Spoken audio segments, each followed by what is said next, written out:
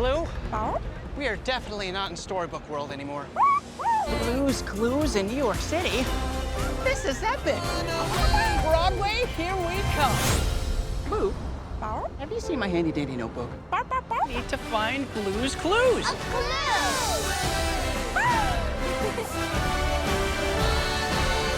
Blue's Big City Adventure, exclusively on Paramount Plus. Josh, thank you so much for making time for us. Thank you for having me. Okay, so very, very exciting times for you. You have a movie that's out on November 18th. Yep. Tell us about that first. So November 18th is a super, super exciting day because Blue's Clues and You, our show, has a movie that's premiering and streaming on Paramount Plus. It's called Blue's Big City Adventure.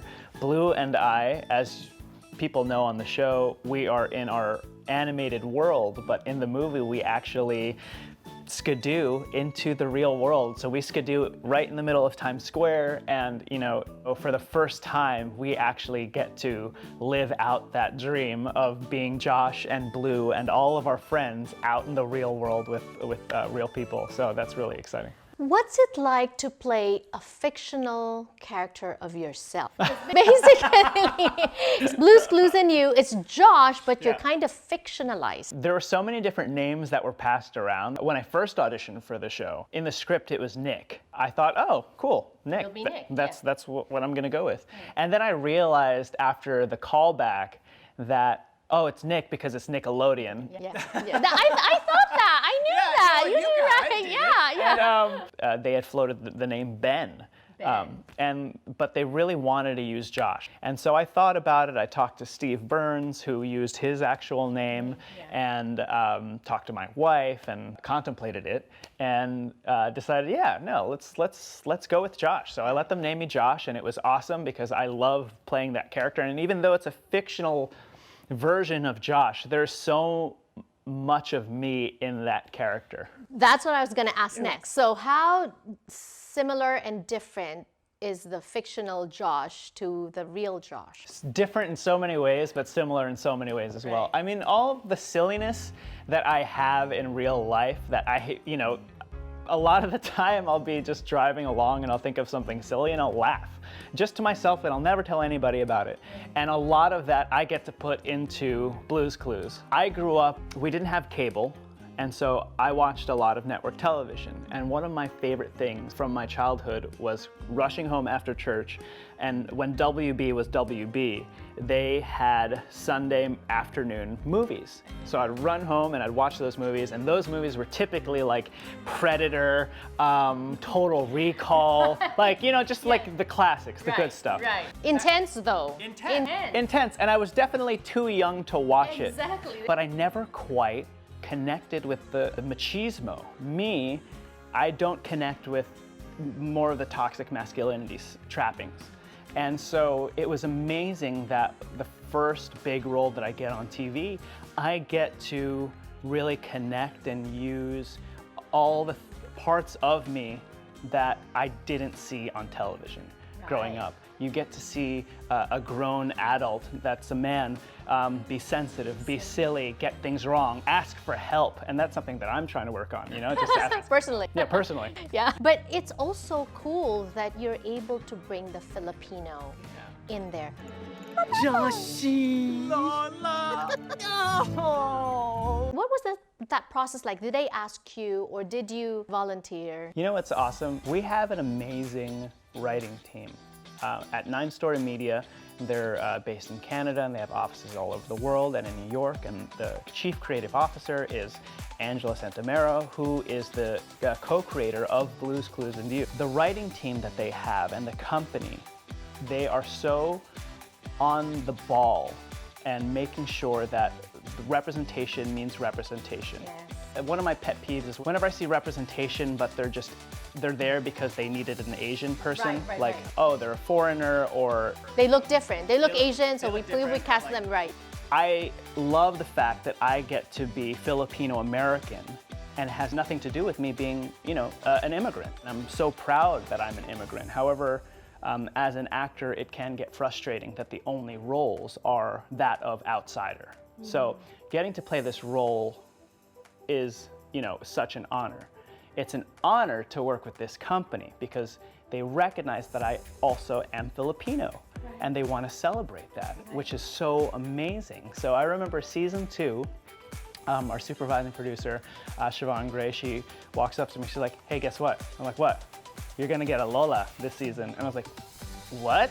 Like, she's like, yeah, we're working with consultants and writers, and you're getting a Lola. And I thought that was the coolest thing ever. So happy that I get to be working with people who really care about kids. One of the things that I really took to heart was when the show first started. Before we started filming anything, Steve Burns and Donovan Patton, they took me aside and they said, I don't know if anyone has told you this, but we wanted you to know and to make sure you knew. They cast you because they love you. And don't ever feel like you have to do anything that we did or replicate any of that. So explore you and celebrate you. And hearing them say that gave me the permission to just be myself. And like, what does that mean? Me, when I got the job, I knew that this was important because it's not something that I saw growing up. And so I'm just so happy that people are identifying with it. Right. You know, the show is about immigration and representation, and that's you. You're perfect. You're perfect, right? Because you migrated here from Dubai, right, at the early age of 2, and then moved to the East Coast first. You actually just moved to the West Coast in May of this year. Congratulations on the many moves, right? But I was going to ask you, congratulations, of course, for getting this job, which you know, some people, they're groomed at the very early age, 3, 4, to sing, to perform, especially Filipinos. And then, you know, parents push, right?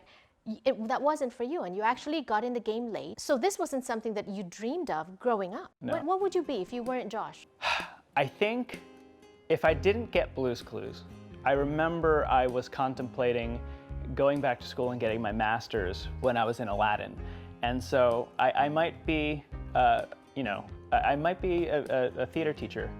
Right. I would love to be a teacher at a university.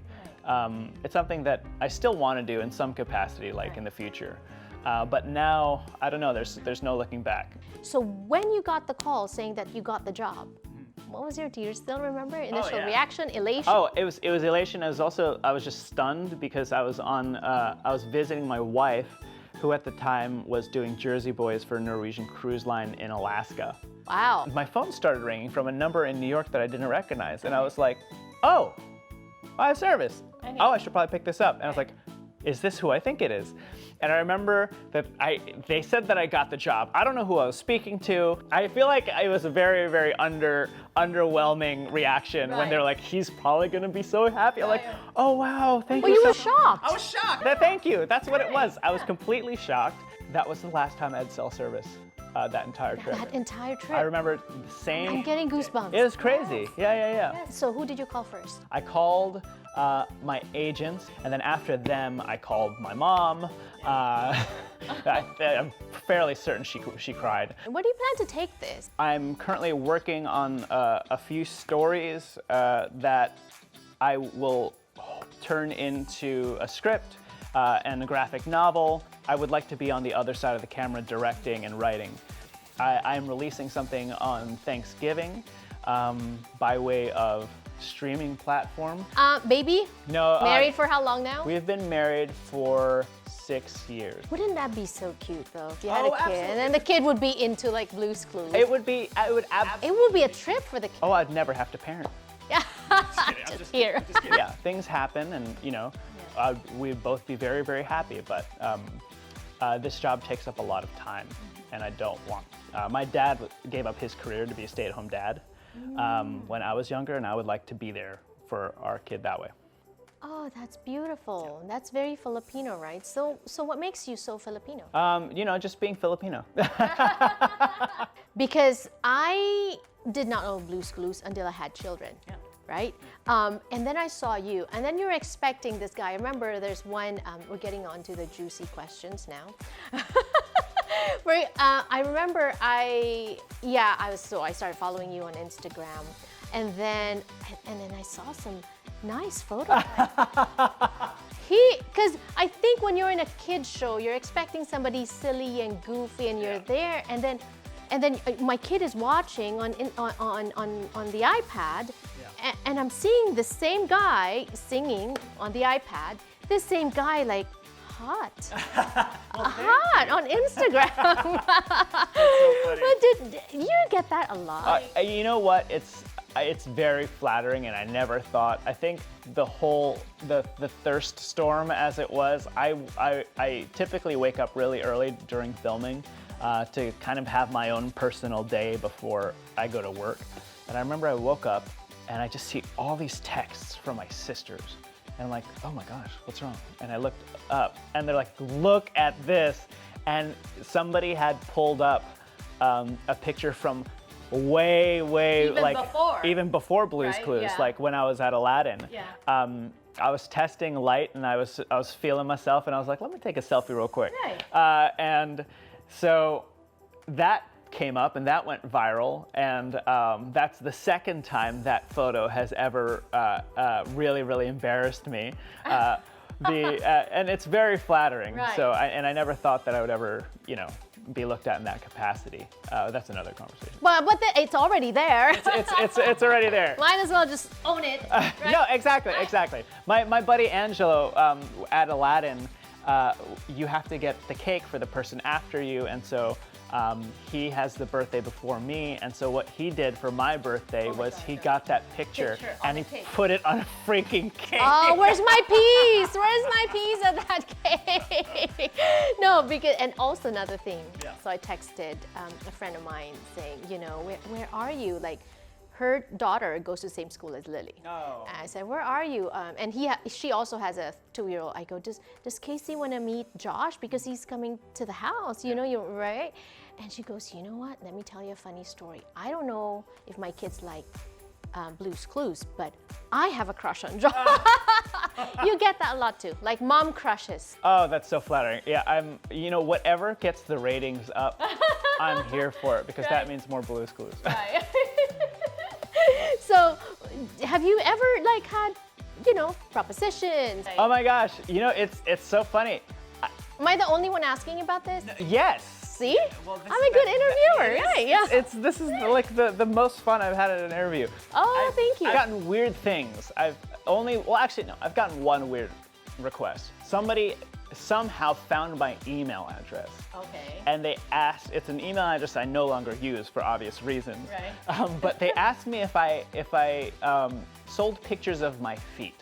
And I said, I didn't say anything. I just, to each their own, but I was like, I'm not gonna engage. I'm just gonna leave it there. And then I also looked down at my feet. I was like, I don't know. I'm pretty sure you don't want a picture of these. Right. But no, so that's probably the weirdest thing. Right. Yeah. Have you been getting stuff sent to you? You know what? The stuff that I every once in a while, a photo that or a picture that a child has drawn will find its way to me. And it's really sweet. And so far, they're coming from the circle of friends that I have. And so, those are the things that I really treasure. And I really need to keep a binder because when we're traveling, I don't want, Right. Well, because you're moving, right? We've moved 6 times in the past 2 years. It's crazy. And it's not yet done. It's not done. We're hopefully going to settle down. The final destination. Final destination, hopefully. Right. Thank you once again for coming. So we have gifts for you. Let's first give you this. This is from the Mestizo. You know what happened? My God. Do you know them? Yes, they have amazing barons. Stop, and now you have one. Here we go. I love the Mestizo. Perfect. Oh my God. Oh, whoa. That's beautiful. That's gorgeous. Oh my gosh. This is amazing. Thank you. Don't you love Filipinos? We're always supporting each other. I think this is the other thing that I love about this whole LA experience is that I've had the fortune of getting to meet people like you and to get in contact with other Filipinos in different parts of the industry that I never thought that I would admire or like want to aspire to be. They say that you can't be what you can't see. So thank you for being there. Well, thank you for ushering in new generations of Filipinos that are in media.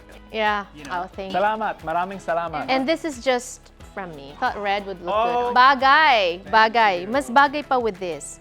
See, look at that. A pogi. I love Amanda. Here, I met her once, but Oh my gosh. Thank you. explain that to her. Ganda. Yes, this is, I love a tote. These people, oh man, they know everything about me. Now you're so spoiled. I'm very spoiled. I'm very spoiled, but I'm so thankful. Thank you so much for today and for, for everything. Thank you.